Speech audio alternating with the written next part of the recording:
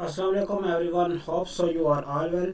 सो आज की क्लास में हम सीखेंगे डोमेन अटैच करना। ठीक है कि डोमेन हम शॉपिफाई स्टोर के साथ अपनी फेसबुक की डोमेन कैसे अटैच करेंगे और इसके अबाउट हम पढ़ेंगे डोमेन होती क्या है। ठीक है। सो लास्ट क्लास में हमने पढ़ा था कि व्हाट इज़ पिक्सल और पिक्सल को हमने अटैच करने का प्रैक्टिकल किया था। देन उसके बाद पिक्सल के साथ जितने भी सारे डाटा सोर्स में से ऑप्शन आ रहे थे हमने वो कंप्लीट किए थे। अच्छा, देन उसके बाद हमारे पास लास्ट क्लास में हमने यहाँ तक पढ़ लिया था। अब उसके बाद हमारे पास यहाँ पर आ रहा है रिक्वेस्ट का ऑप्शन। रिक्वेस्ट का ऑप्शन आपके पास इसलिए होता है कि अगर आप किसी को कोई रिक्वेस्ट भेज रहे हैं या किसी ने आपसे पेज की रिक्वेस्ट मांगी है, लाइक वो आपसे पेज की एक्सेस मांग रहा है, तो आपके पास यहाँ पर रिक्वेस्ट वाले ऑप्शन में उसका सारा डाटा शो होगा। किसी को अगर आपने सेंड किया है तो यहाँ पर शो होगी, अगर किसी को आपने दे दिया तो कंप्लीट वाले सेक्शन में शो होगी। अगर असेस दी है किसी को और उसने टाइम लिमिट पूरे होने के बाद उसने अप्रूव नहीं की तो यहाँ पर एक्सपायर वाले सेक्शन के अंदर शो हो जाएगी। अब इसके बाद यहाँ पर ये जो भी रिक्वेस्ट लाइक है जो आपसे पेज की एक्सेस मांगेगा या जिसको आप देंगे वो आपको इस सेक्शन के अंदर रिक्वेस्ट के ऑप्शन में शो हो जाएगी। ठीक है। देन इसके बाद हमारे पास आ रहा है ब्रांड एंड सेफ्टी।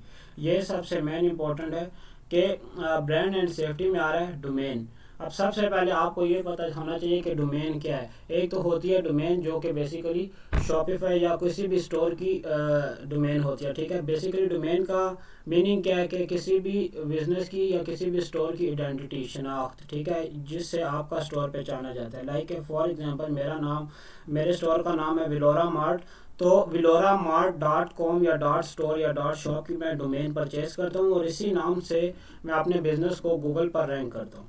ठीक है। देन जो पर्सन मेरे विलोरा मार्ट डॉट शॉप सर्च करेगा गूगल पर या विलोरा मार्ट डॉट कॉम जो भी मैं डोमेन रखूँगा, ठीक है, वो उस गूगल पर सर्च करेगा तो ऑटोमेटिकली उसके सामने मेरा स्टोर ओपन हो जाएगा।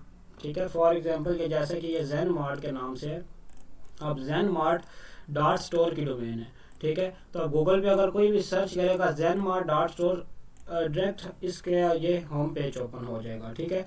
तो यहाँ तक आपको समझ आ चुकी होगी कि डोमेन क्या है, किसी भी बिजनेस की आइडेंटिटी है। ठीक है, शनाख्त है जिससे आपका बिजनेस पहचाना जाता है, जाना जाता है।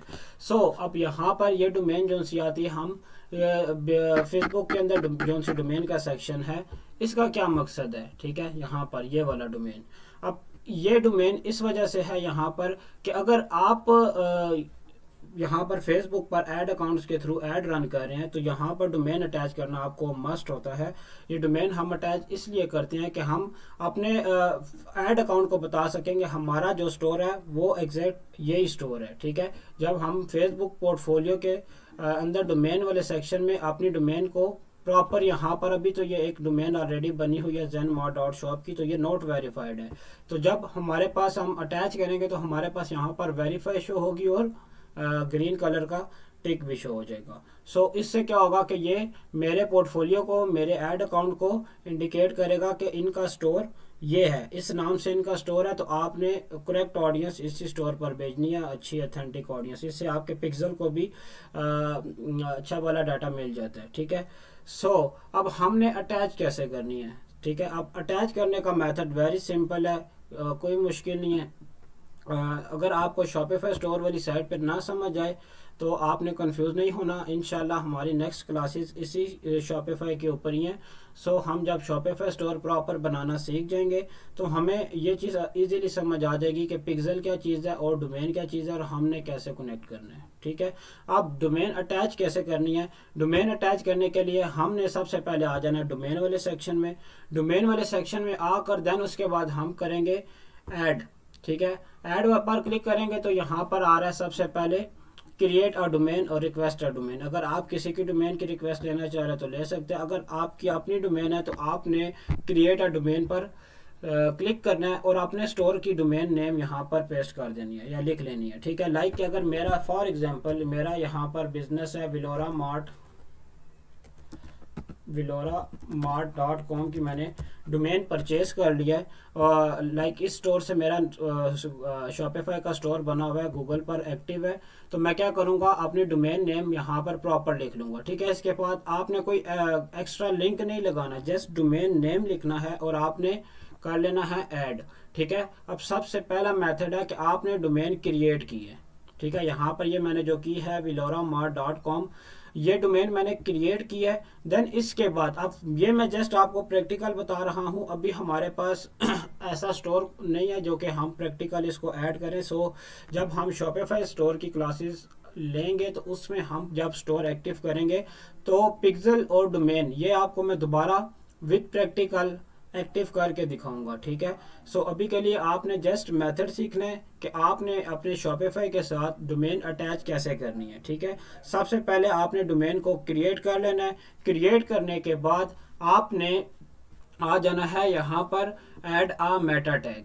अब ऐड अ मेटा टैग क्या है, यहाँ पर ये मेटा टैग है कि आपने ये वाला जो कोड है मेटा टैग वाला, ये आपने शॉपिफाई के बैक एंड के ऊपर हेडर सेक्शन के नीचे पेस्ट कर देना है, ठीक है। आपने ये चीज़ याद रखनी है कि इस पर सेक्शन ऑप्शन पर क्लिक करके ऐड अ मेटा टैग, आपने कोई अपलोड HTML या कोई और कोड नहीं उठाना, DNS, आपने जस्ट ऐड अ मेटा टैग कोड उठाना है और आपने इसको कॉपी कर लेना है, ठीक है।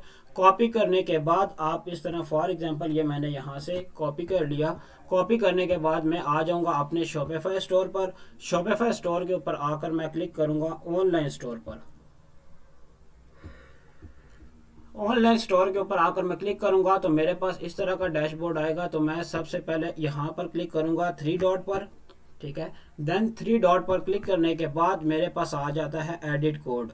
अब जब मैं एडिट कोड करता हूँ तो शॉपिफाई का सारा बैकएंड हमारे पास यहाँ पर है, सारी कोडिंग जो भी हो रही है हमारे स्टोर की वो इस सेक्शन के अंदर है। सो हमने शॉपिफाई का एडिट कोड पर क्लिक कर लेना है। देन उसके बाद आ जाना है हमने थीम लिक्विड के अंदर, ठीक है। अगर आपको थीम लिक्विड ना नज़र आ रहा हो, फॉर एग्जांपल आपके पास इस तरह शो हो रहा हो, तो आपने सबसे पहले आ जाना है लेआउट में।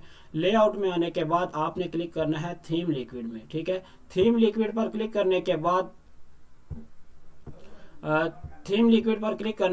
आपने आ जाना है यहाँ पर हेडर सेक्शन पर। अब हेडर सेक्शन कौन सा है, यहाँ पर ये चीज़ समझिएगा कि थीम लिक्विड पर आपने आ गए।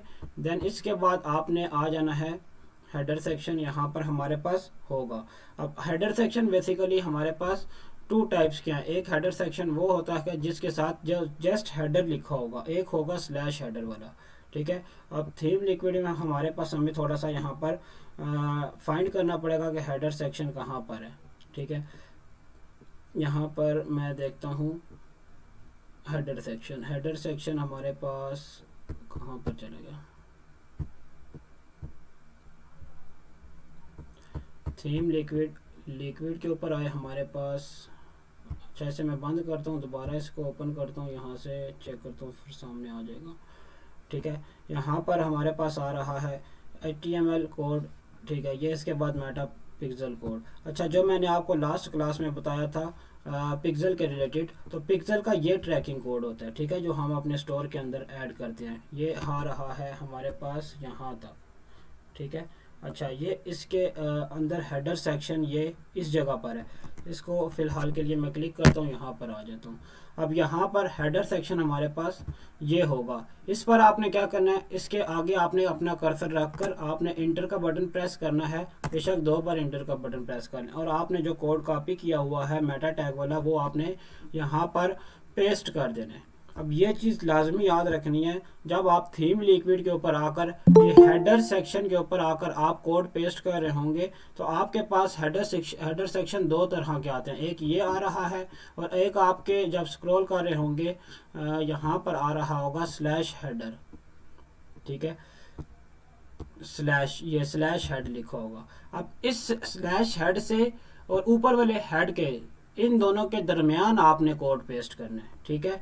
तब जाके आपका ये क्या नाम है डोमेन अटैच होगी। और जो आपका जो क्या नाम है होता है मेटा पिक्सल का कोड, ठीक है, यहाँ पर तो ये देखिए अभी टिकटॉक पिक्सल का कोड यहाँ पर पड़ा हुआ है। सेम इसी तरह का मेटा पिक्सल का कोड होता है, वो भी आपने यहाँ पर ही लाकर हेडर सेक्शन के नीचे पेस्ट करना होता है, ठीक है।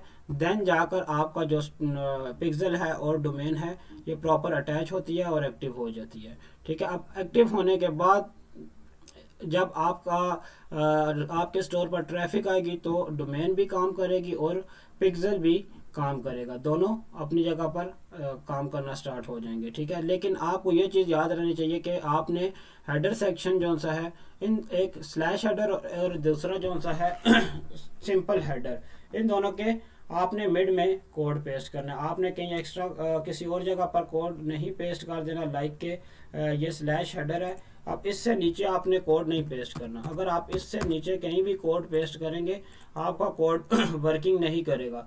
अब वर्किंग क्यों नहीं करेगा? क्योंकि ये शॉपिफाई का बैकएंड है, बैकएंड इसके आपने लॉग हैं और इसने इसी के इस हेडर सेक्शन से लेकर हमारे पास यहाँ पर आ रहा है, यहाँ पर हेडर सेक्शन कहाँ पर है, दूसरा header TikTok pixel code, TikTok pixel यहाँ पर ये आ रहा है, टिकटॉक पिक्सल एंड ये आ गया, ठीक है।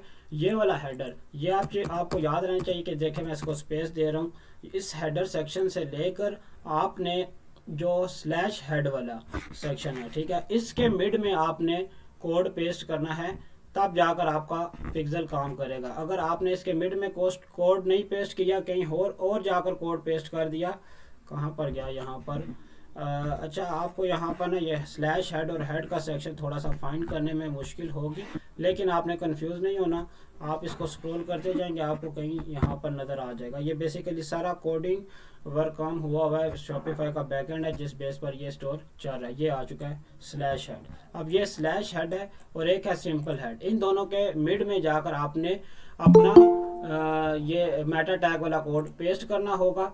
देन जाकर आपका क्या नाम है,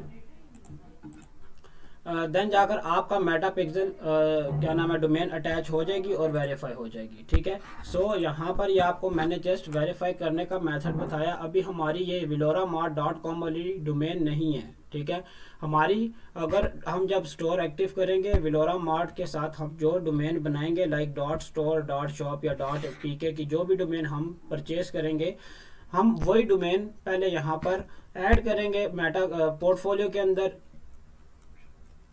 देन उसके बाद उसका ये मेटा पिक्सल कोड कॉपी करके मैं जाकर हेडर सेक्शन में हेड के नीचे पेस्ट कर दूंगा यहाँ पर, ठीक है। और उसके बाद मैं इसको सेव कर लूँगा, ठीक है। सेव करने के बाद मैं आ जाऊँगा वापस अपने बिजनेस पोर्टफोलियो में, और बिजनेस पोर्टफोलियो में आकर मैं यहाँ से आकर वेरीफाइड डोमेन कर लूँगा।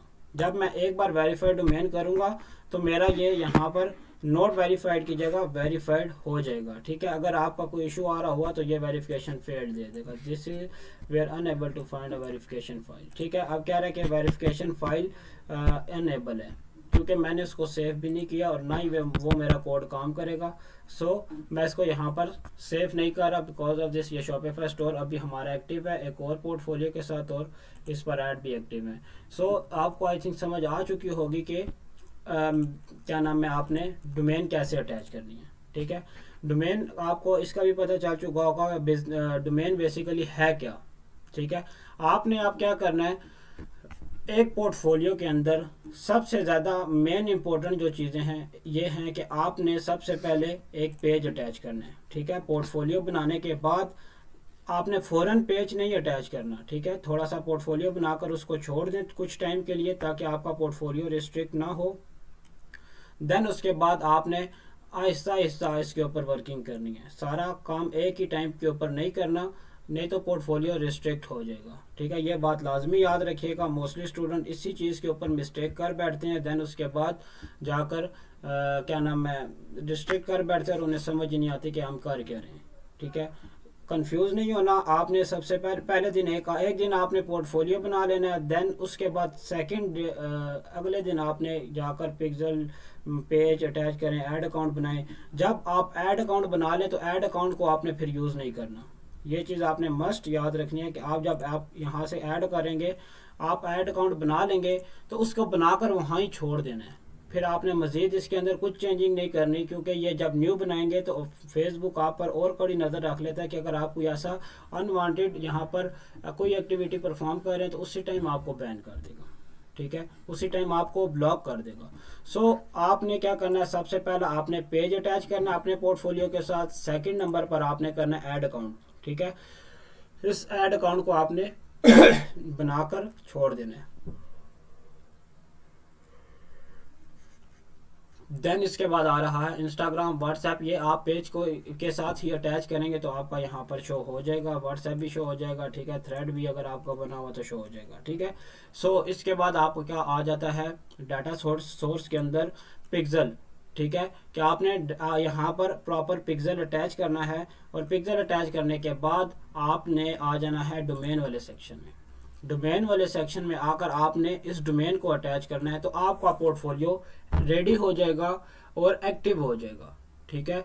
सो इन चीज़ों को आपने कंप्लीट करना है। फर्स्ट मैं रिपीट कर रहा हूँ आपको, सबसे पहले पोर्टफोलियो बनाकर आपने पेज अटैच करना है अपने पोर्टफोलियो के साथ, जिस पेज पर आपने ऐड रन करने हैं। सेकंड आपने काम करना है ऐड अकाउंट बनाना है। ऐड अकाउंट आपने बनाकर उसको आपने यूज़ नहीं करना, क्योंकि न्यू ऐड अकाउंट होगा, ठीक है, आपने जस्ट क्रिएट कर लेना है ऐड अकाउंट। देन इसके बाद आपने आ जाना है आपने पिक्सल पर आकर आपने अपने स्टोर के साथ फेसबुक के पोर्टफोलियो के साथ आपने पिक्सल अटैच करना है।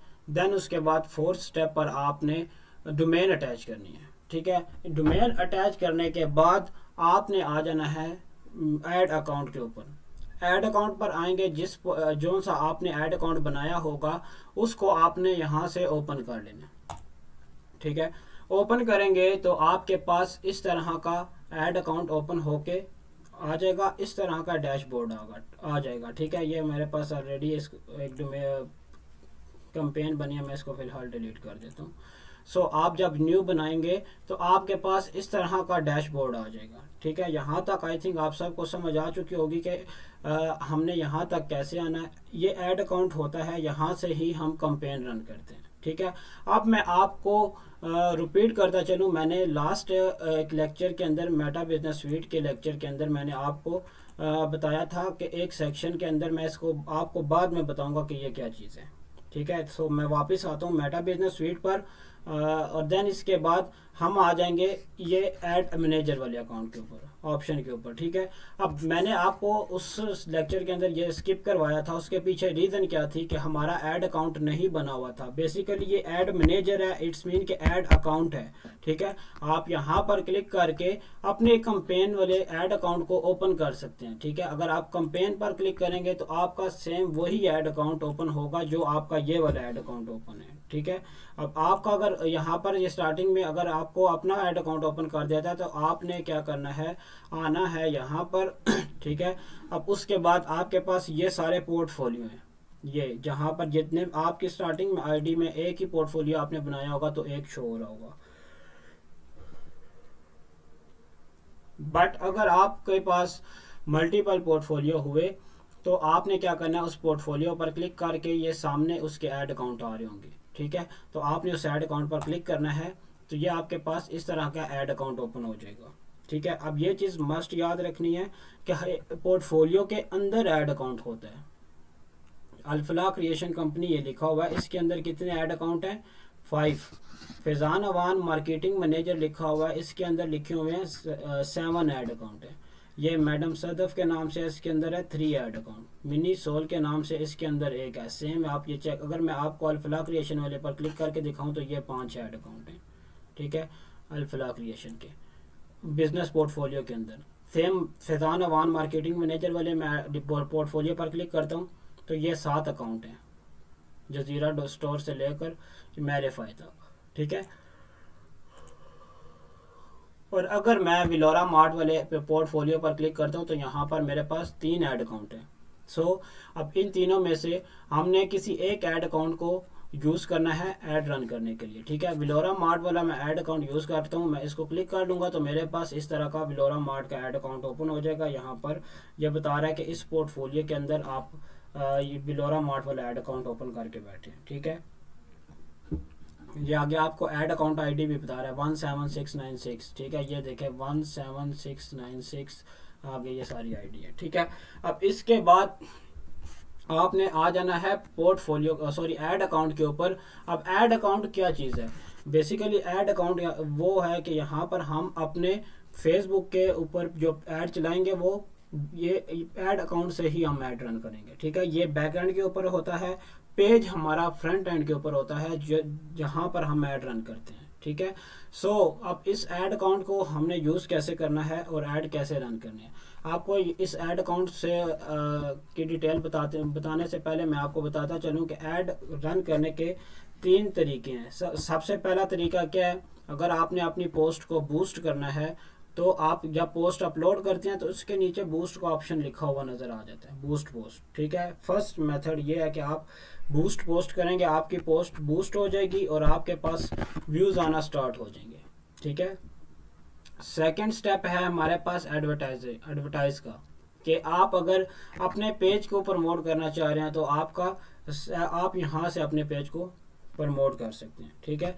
थर्ड स्टेप है हमारा ऐड अकाउंट के ऊपर आकर हमने ऐड रन करना, जो कि सबसे मेन इम्पोर्टेंट ऐड यहाँ पर ही है, ठीक है। ऐड यहाँ से हम बनाएंगे। आपने इन दोनों फर्स्ट जो से हैं हमारे पास, एक ये बूस्ट वाला ऑप्शन, इसको भी आपने यूज़ नहीं करना और ना ही आपने एडवर्टाइज वाले को यूज़ करना है। बिकॉज ऑफ दिस अगर आप यहाँ से बूस्ट करेंगे तो आपकी पोस्ट जस्ट बूस्ट होगी, ठीक है। बूस्ट होने से मुराद ये है कि आपकी पोस्ट के ऊपर जस्ट व्यूज़ आएंगे, ठीक है, ना फिर आपका जो असल मकसद होगा वो आपका पूरा होगा। असल मकसद से मुराद ये कि अगर मैं इस प्रोडक्ट को सेल करना चाह रहा हूँ तो सेल करने के लिए मैं बूस्ट नहीं कर सकता। अगर मैं बूस्ट करूँगा तो मेरे पास व्यूज़ आएंगे, लेकिन मेरे पास व्यूज़ आने के बाद ये परचेज़ नहीं आएगी इस प्रोडक्ट पे, ठीक है। सो प्रोडक्ट सेल करने के लिए मैंने प्रॉपर ऐड मैनेजर के अंदर ही ऐड रन करने हैं, ठीक है। यहाँ से ही मैं रियल ऑथेंटिक ऐड अकाउंट से यहाँ पर ऑथेंटिक ऐड बनाकर प्रोफेशनल वे से अपने पेज पर ऐड रन कर सकता हूँ, ठीक है। होप सो कि आपको समझ आ चुकी होगी कि ऐड रन करने के 3 स्टेप हैं, 3 मेथड हैं। कौन कौन से? फर्स्ट आप बूस्ट कर सकते हैं, सेकंड आप पेज के जब आप पेज बनाते हैं वहाँ पर एडवर्टाइज का ऑप्शन आ रहा होता है, आप अपने पेज को प्रमोट करने के लिए एडवर्टाइज कर सकते हैं। थर्ड स्टेप है आप ऐड अकाउंट के ऊपर आकर प्रोफेशनल वे से ऐड रन कर सकते हैं, और सबसे प्रोफेशनल वे है हमारा ऐड अकाउंट के ऊपर आकर ऐड रन करना, ठीक है। आपने ना पोस्ट को बूस्ट करना है और ना ही आपने पेज एडवर्टाइज करना है। आपने अगर पोस्ट बूस्ट करनी है तो आप उसको यहाँ से करें, इस ऐड अकाउंट से, ठीक है, प्रोफेशनल वे से। सो अब हम इस ऐड अकाउंट को पढ़ते हैं कि ये क्या है। अब हमारे पास ये चीज़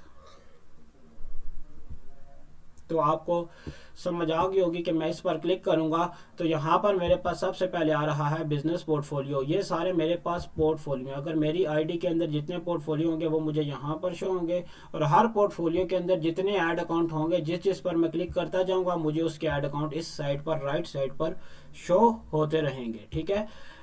इसमें आपने कन्फ्यूज़ नहीं होना कि आप पर्सनल ऐड अकाउंट के ऊपर ऐड रन कर रहे हो, ठीक है। ये पर्सनल ऐड अकाउंट है।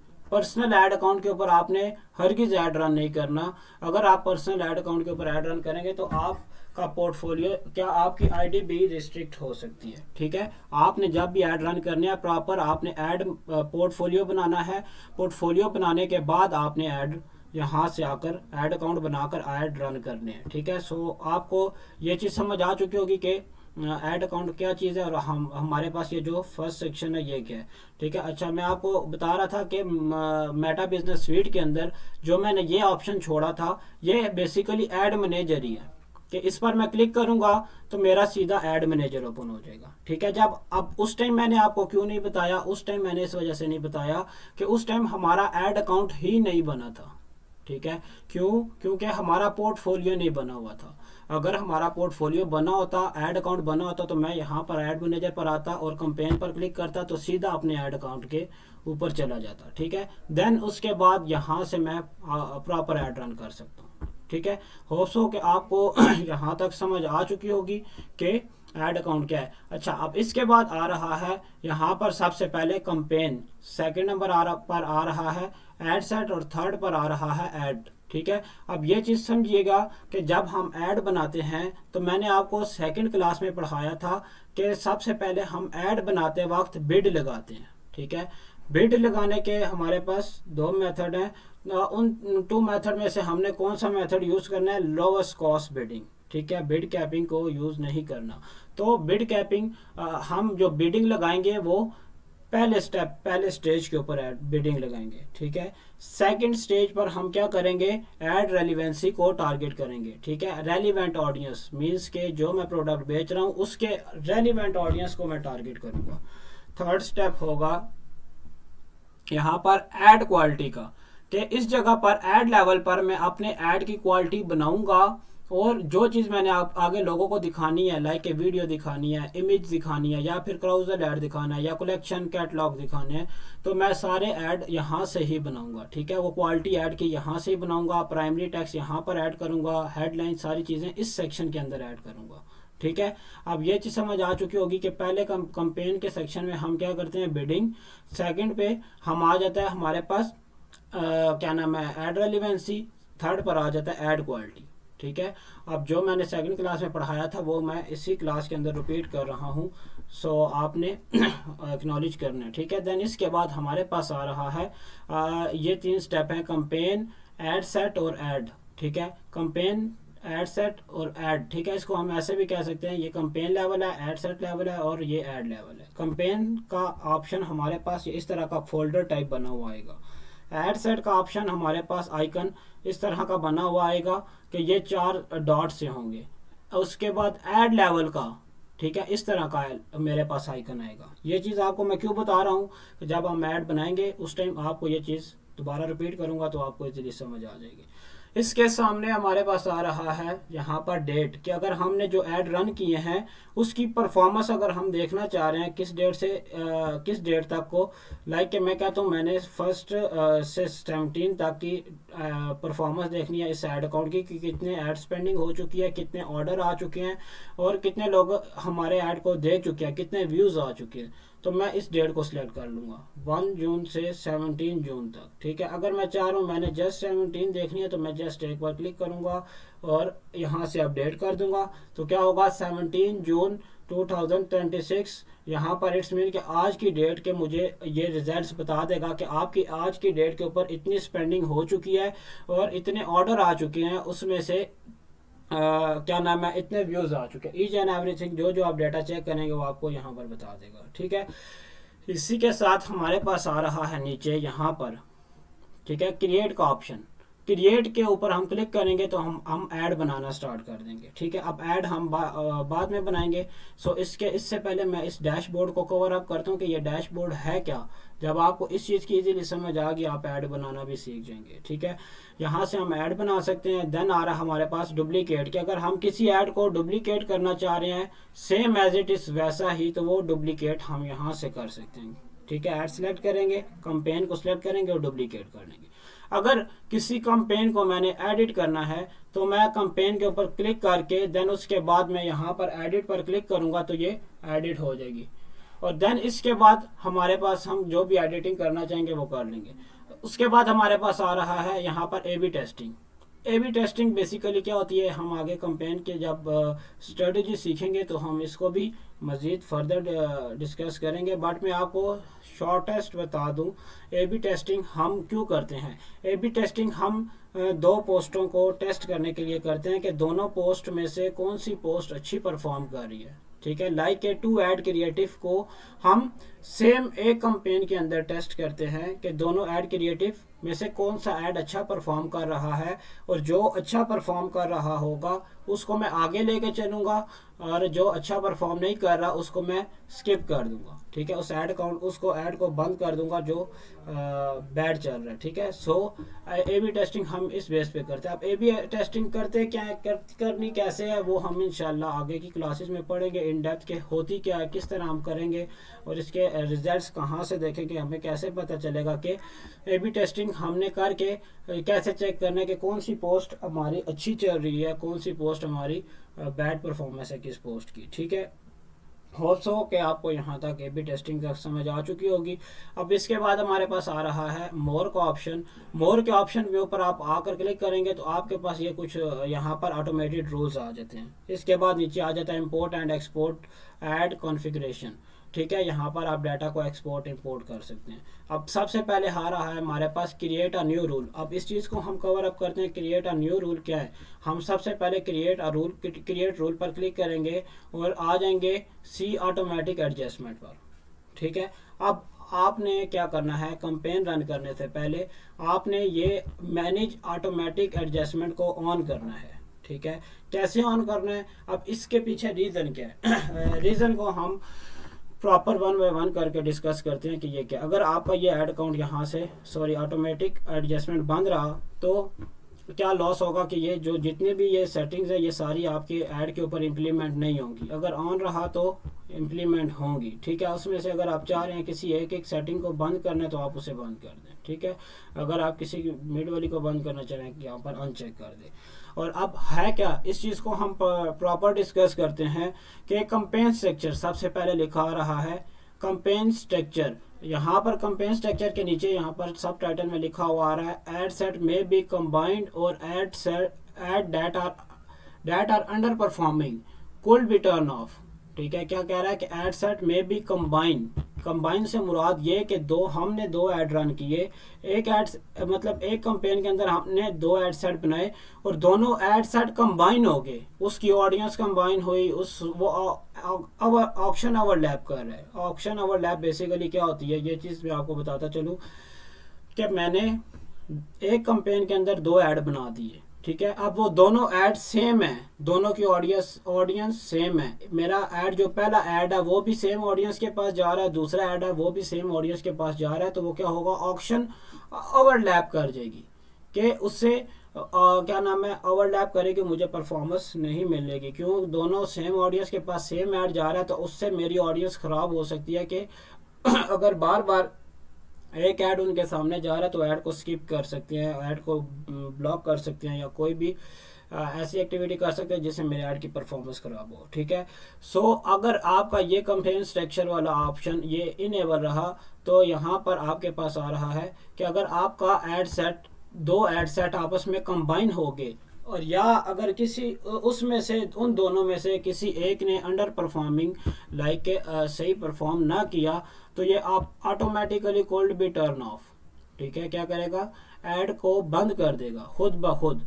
ठीक है, कि अगर आपने दो ऐड रन किए उसमें से एक ऐड अच्छा परफॉर्म नहीं कर रहा तो मेटा क्या करेगा, ऑटोमेटिकली जो अच्छा परफॉर्म नहीं कर रहा उसको बंद कर देगा और जो अच्छा परफॉर्म कर रहा है उसका जो बंद किया हुआ ऐड है उसका बजट उठाकर सही जो परफॉर्म कर रहा है ऐड उसके ऊपर डिस्ट्रीब्यूट कर देगा। ठीक है, जिसमें रीडिस्ट्रीब्यूट योर बजट। ठीक है, ये यहाँ पर आगे इसने लिखा भी हुआ है जिसमें रीडिस्ट्रीब्यूट योर बजट के जो ऐड हम वो ऑटोमेटिकली बंद करेगा जिसकी बैड परफॉर्मेंस है।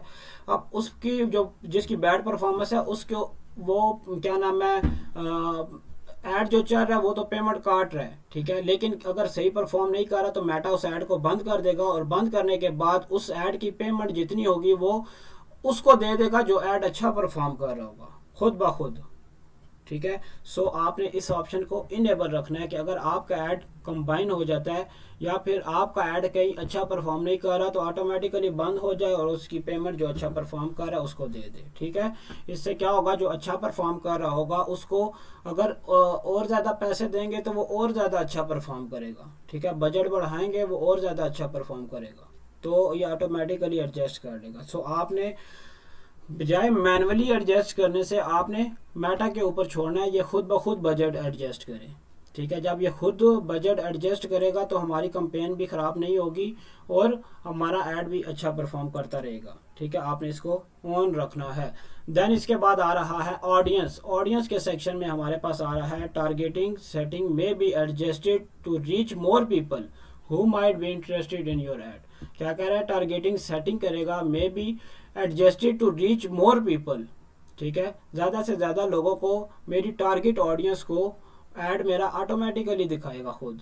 ठीक है, who might be interested in your ad कि जो लोग मेरे ऐड के अंदर इंटरेस्टेड होंगे। ठीक है, उनको ज़्यादा से ज़्यादा लोगों को मेरा ऐड दिखाएगा। तो आपने क्या करना है, अपनी टारगेट ऑडियंस को ऐड दिखाने के लिए इसको भी ऑन रखना है, ठीक है। देन इसके बाद आ रहा है थर्ड नंबर पर creative and format. Creative and format के नीचे लिखा हुआ है एड क्रिएटिव में बी इनहेंस्ड, ठीक है। This applies to media, text, ad format and other visual element. अब ये क्या कह रहा है कि अगर आपका ऐड अच्छा आपने ऐड के अंदर जो ऐड के लाइक कहने के पोस्ट है उसके अंदर आपने कोई मिस्टेक कर दी, तो ये क्या कहेगा, कह रहा है कि मैं खुद ब खुद इसको इन्हेंस कर लूँगा। क्रिएटिव, ठीक है। क्रिएटिव मीन कि आपका जो ऐड है, ठीक है, वो क्रिएटिव। एंड फॉर्मेट, फॉर्मेट के जो जिस फॉर्मेट में आप दिखा रहे हो, ठीक है। अब ये दोनों चीज़ें क्या करेगा, अगर इनमें कोई मिस्टेक होगी ये ऑटोमेटिकली मेरा ऐड इन्हेंस कर देगा, ठीक है। अगर मेरे ऐड के अंदर किसी टेक्स्ट की कमी हुई ये खुद ब खुद लिख देगा। अगर मेरे ऐड के अंदर कोई और मज़ीद मीडिया, ठीक है, यहाँ पर ये लिखा हुआ है मीडिया का इशू हुआ ये सही करेगा, टेक्स्ट का इशू हुआ ये सही करेगा, ऐड फॉर्मेट का इशू हुआ तो ये सही करेगा, एंड अदर विजुअल एलिमेंट्स के इसके अलावा अगर कोई एक्स्ट्रा एलिमेंट्स इसमें से मिस हुए तो क्या करेगा, ये खुद ब खुद मेरे ऐड क्रिएटिव को इन्हेंस करेगा और ऐड की परफॉर्मेंस को बेहतर करेगा, ताकि हमारा ऐड जो सा अच्छे से अच्छा परफॉर्म करे और ज़्यादा से ज़्यादा सेल ला के दे, ठीक है। सो आपने क्या करना है, इसको भी ही ऑन कर देना है। देन इसके बाद आ रहा है हमारे पास डिलीवरी एंड एंगेजमेंट। अब डिलीवरी के अंदर लिखा हुआ है यहाँ पर प्लेसमेंट में बी एडिट और रिमूव, ठीक है। क्या चीज़ है कि प्लेसमेंट को ऐड भी कर सकता है और रिमूव भी कर सकता है। अब प्लेसमेंट बेसिकली क्या होती है, इसको मैं थोड़ा सा मज़ीद डिफाइन करता हूँ कि ये फेसबुक है, फेसबुक के ऊपर अगर ये मैं ये चीज़ यूज़ कर रहा हूँ, ये फेसबुक फीड है। क्या है, फेसबुक फीड। अब फेसबुक फीड के ऊपर हमारे पास ये जो साइट पर आ रहा है, ये फेसबुक फीड के ऊपर यहाँ पर जो भी ऐड आएंगे ये फीड होगी, ठीक है। इस साइड पर जो हमारे पास आ रहा है ये राइट कॉलम है। अब ये ऐड चल रहे हैं बेसिकली, अगर आप लैपटॉप से देखेंगे ना तो आपके फेसबुक के राइट साइड पर इस तरह के एड्स बदलते रहेंगे। अगर मैं फॉर एग्जांपल इसको काटूंगा, ये थोड़ी देर बाद इसको मैं रिफ्रेश करूंगा, इस जगह पर कोई और ऐड आ जाएगा, ठीक है। अब उस पर ये देखें, यहाँ पर अब ये कोई और आ गया। अब ये भी एक ऐड चल रहा है, ठीक है। ये एक प्लेसमेंट है, ये अलग प्लेसमेंट है। फीड है जौन सी, रील्स है जौन सी, ये एक अलग प्लेसमेंट है, ठीक है। इसके अलावा market place, Facebook market place, ये एक अलग प्लेसमेंट, लाइक ये रील्स है, ये एक अलग प्लेसमेंट है। इस पर अगर आपका ऐड सही चल रहा हुआ, सही ना चल रहा हुआ तो ये बंद कर देगा, ठीक है। अगर सही चल रहा हुआ तो इसे चलने रहने देगा, ठीक है। सो प्लेसमेंट की आपको समझ आ चुकी होगी कि क्या होता है। लाइक ए मैसेंजर की स्टोरी के ऊपर हमारे ऐड जा रहे हैं, वो एक अलग प्लेसमेंट है। इसकी कुछ 16 से 17 प्लेसमेंट है फेसबुक की। हम इंशाल्लाह जब ऐड बनाएंगे वो वहाँ पर हम प्रॉपर कवर अप करेंगे। सो प्लेसमेंट के ऊपर ये कह रहा है कि मे बी एडिड और रिमूव, ठीक है, कि मैं उसको ऐड भी कर दूंगा और रिमूव भी कर दूंगा। और ऐड को एनालाइज करते हुए अगर किसी प्लेसमेंट के ऊपर आपका ऐड सही नहीं चल रहा और उस ऐड की परफॉर्मेंस ख़राब हो रही है तो मैं उस प्लेसमेंट को ही बंद कर दूंगा कि दोबारा उस प्लेसमेंट पर आपका ऐड ना जाए और ऐड की परफॉर्मेंस ख़राब ना हो, ठीक है। और किसी को किसी प्लेसमेंट के अंदर अगर आपने प्लेसमेंट बंद किया है और ये चाह रहा है कि अगर इस प्लेसमेंट के ऊपर ऐड दिखाकर परफॉर्म अच्छा करेगा ऐड, तो ये खुद ब खुद ऐड कर देगा उस प्लेसमेंट को, ठीक है। ये अब इसके पास आ रहा है सेटिंग फॉर आउटकम में बी एडजस्ट, ये खुद ब खुद सेटिंग कर देगा, ठीक है। सो आपने इसको भी ऑन रखना है कि अगर आप किसी प्लेसमेंट के ऊपर किसी को बंद करना हो प्लेसमेंट को, ये खुद कर ले, अगर ऐड करना हो तो ये खुद कर ले, ठीक है। ये समझना कि हम ये मेटा को इजाज़त दे रहे हैं कि आप मेरे ऐड को इन्हेंस करने के लिए इन चीज़ों का इस्तेमाल कर सकते हैं, ठीक है। देन इसके बाद आ रहा है लास्ट पर स्पेंड एंड शेड्यूलिंग, कि आप अगर कोई स्पेंडिंग कर रहे हैं तो वो भी यहाँ पर हमारे पास स्पेंडिंग जो सी है अगर इसको देखेगा फेसबुक मेटा देखेगा कि आपके जो ऐड अच्छा परफॉर्म कर रहा है कुछ, अगर उसको ज़्यादा स्पेंडिंग बढ़ानी है तो ये शेड्यूल कर देगा कि इस डेट के बाद क्या नाम है इसकी बजट है जो सा और मज़ीद बढ़ जाए, ताकि जितना ज़्यादा बजट बढ़ेगा उतना ज़्यादा अच्छा परफॉर्म करेगा। ठीक है, अब ये चीज़ लाजमी याद रखनी है, ये नहीं कि आप ऐड अच्छा चल रहा हो आप खुद बजट बढ़ाने लग पड़े। खुद अगर आप बजट बढ़ाएंगे तो ऐड आपका परफॉर्म अच्छा नहीं करेगा और उसकी परफॉर्मेंस डाउन हो जाएगी।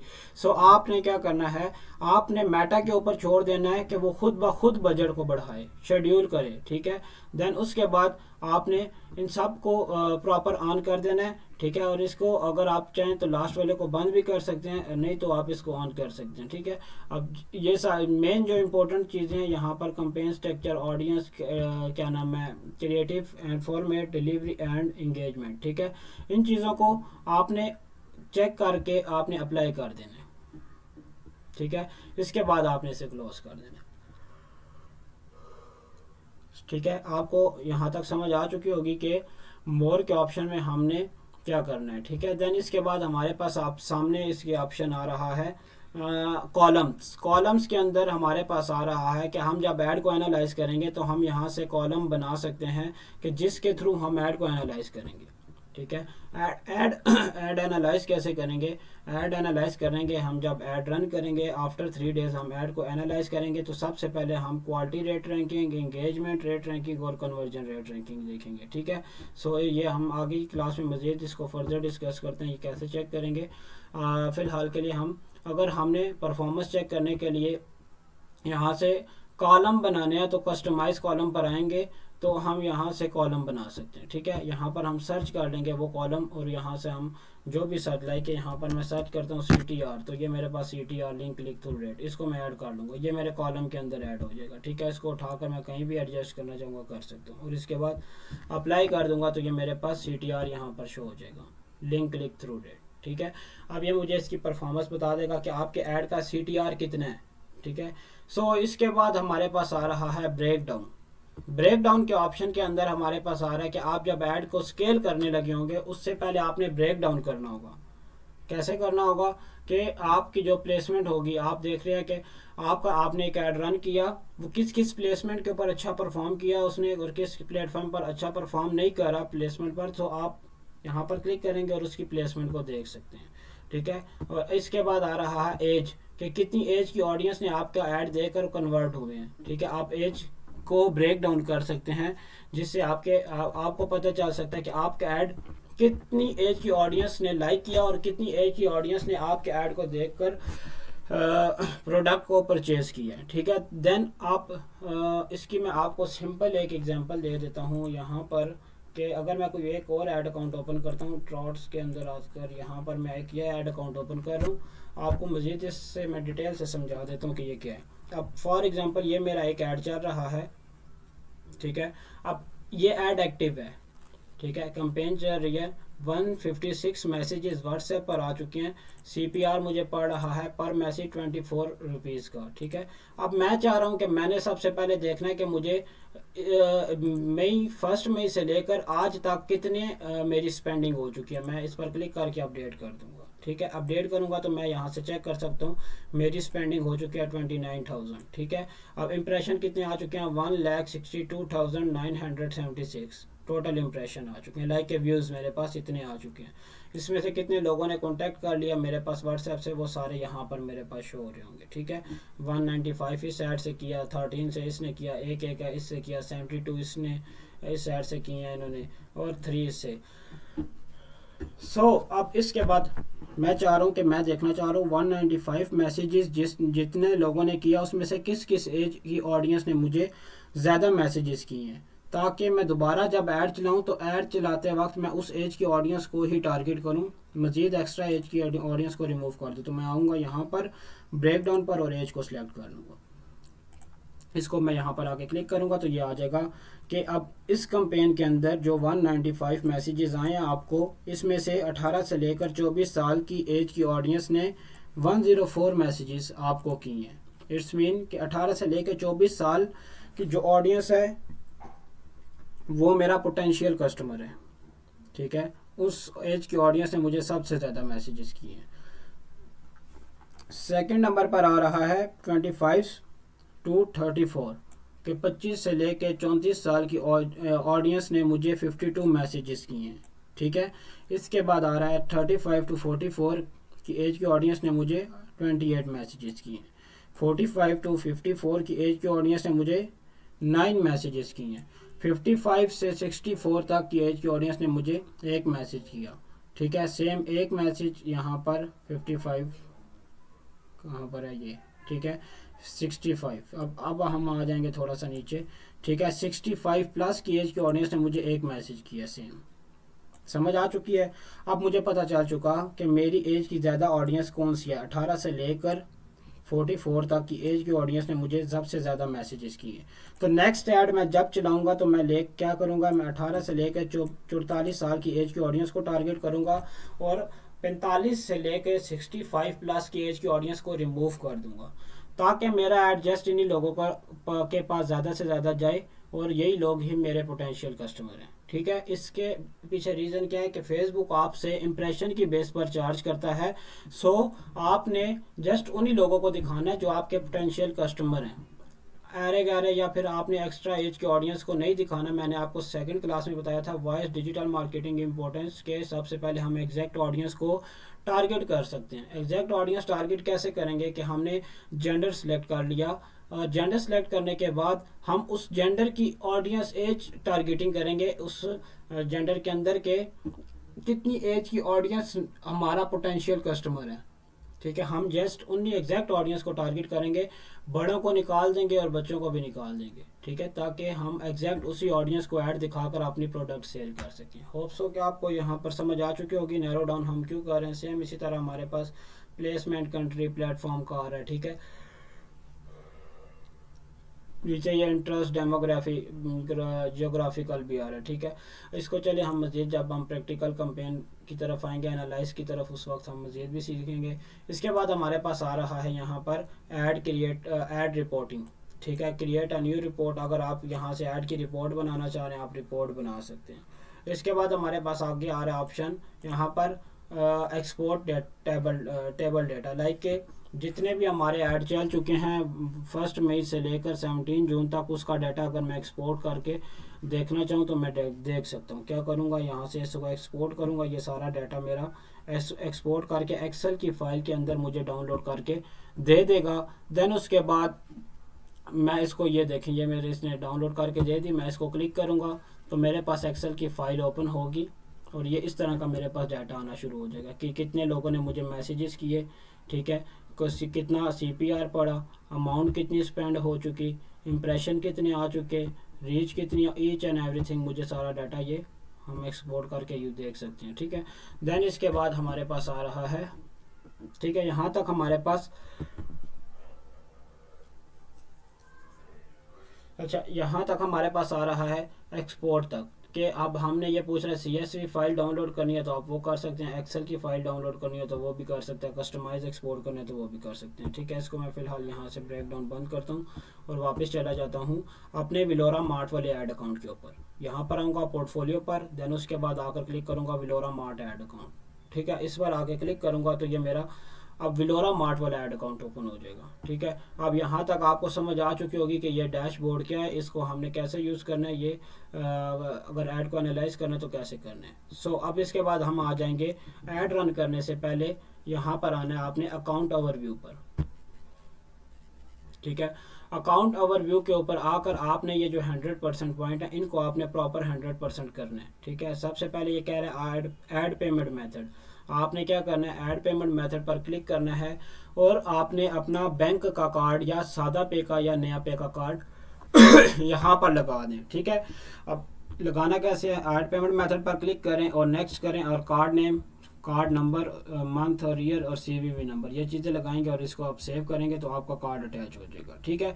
ये चीज़ याद होनी चाहिए कि कार्ड के अटैच करने से पहले कि उसकी इंटरनेशनल ट्रांजैक्शन ऑन होनी चाहिए, ठीक है। और सादा पे का बेस्ट है कि आप इसके लिए यूज़ कर सकते हैं, बल्कि अगर आप रिडॉट का अकाउंट यूज़ करें तो वो सबसे बेस्ट है, उसमें आपसे इंटरनेशनल ट्रांजेक्शन चार्जेस 5 से 6% लेते हैं, ठीक है। सो अगर आप बैंक कार्ड भी यूज़ करें तो वो भी बेस्ट है, बट उसमें यह है कि आपसे सर्विस चार्जेस लेगा, इंटरनेशनल ट्रांजैक्शन चार्जेस लेगा, ठीक है। हर कार्ड लेता है लेकिन यह कोई कार्ड कम लेता है, कुछ ज़्यादा लेता है। सो इसके बाद आपने क्या करना है, मैं फ़िलहाल के लिए इसको यहाँ से स्किप कर रहा हूँ, मैं इसको बाद में अटैच कर लूँगा। क्रिएट अ फेसबुक पेज, यहाँ पर अगर आप कह रहे हैं कि अगर आपका पेज नहीं बना हुआ तो आप सबसे पहले एक क्रिएट करें फेसबुक पेज।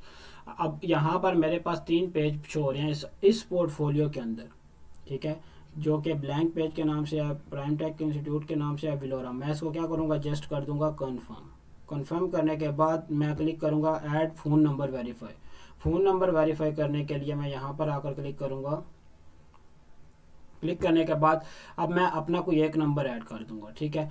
फॉर एग्जांपल मैं ये वाला, अगर आपका यहाँ पर आपको इस तरह शो नहीं हो रहा होगा तो आपने क्या करना है, अपना नंबर लिखना है यहाँ पर, जैसे जो वेरीफाई डिफरेंट नंबर, इस पर आके क्लिक करूँगा तो आपके पास इस तरह का डैशबोर्ड आ रहा होगा, ठीक है। इस डैशबोर्ड पर आपने सबसे पहले आकर कंट्री कोड सेलेक्ट करना है, पी का बटन प्रेस करना है तो पाकिस्तान आ जाएगा 92, इसकी आप कंट्री कोड सेलेक्ट करेंगे और इसके बाद आपने यहाँ पर अपना नंबर लिख देना है 464, ठीक है, ये नंबर लिखा और इसको आप नेक्स्ट करेंगे। आपके नंबर पर ये कह रहा है कि किस नंबर पे SMS भेजूँ, व्हाट्सएप मैसेज भेजूँ या फिर कॉल मैसेज भेजूँ। मैं कहता हूँ मुझे SMS भेज दें, मैं यहाँ से इजीली आपको कोड बता दूँगा। अब क्या करेगा, सेंड मैसेज, सेंड टेक्स्ट, इस पर मैं क्लिक करूँगा, ये मुझे SMS पे ये कोड भेज देगा। इस कोड को मैं उठाकर यहाँ पर लगा दूँगा, ठीक है, और इसके बाद नेक्स्ट करूँगा तो मेरा ये नंबर एक्टिव कर देगा, ठीक है। अब मेरे पास अभी तक कोड नहीं आया SMS पे, चलें थोड़ी देर तक, ये अक्सर थोड़ा सा लेट भी आता है तो इसका इशू नहीं है। सो आप यहाँ पर ये कोड अटैच करेंगे तो आप इजीली इसको वेरीफाई कर सकते हैं। अच्छा, देन इसके बाद हमारे पास, अगर आप मेरे पास SMS पे कोड नहीं आ रहा तो मैं इसको करूँगा कि मुझे व्हाट्सएप पर कोड भेज दे, ठीक है। तो मैं इसको बंद करूँगा, इसको क्लोज करूँगा यहाँ से और इसे बैक कर दूँगा। बैक करने के बाद अब मैं इसे दोबारा सेंड टेक्स्ट मैसेज कहूँगा। अब उसके बाद ये मुझे कह रहा है, अच्छा इसने अब मुझे फ़ोन नंबर पर ही मुझे मैसेज भेज रहा होगा। इसको मैं यहाँ आकर प्रॉपर क्रॉस कर देता हूँ, ठीक है, यस एग्जैक्ट। अच्छा, इसके बाद मैं दोबारा फ़ोन नंबर वेरीफाई करता हूँ।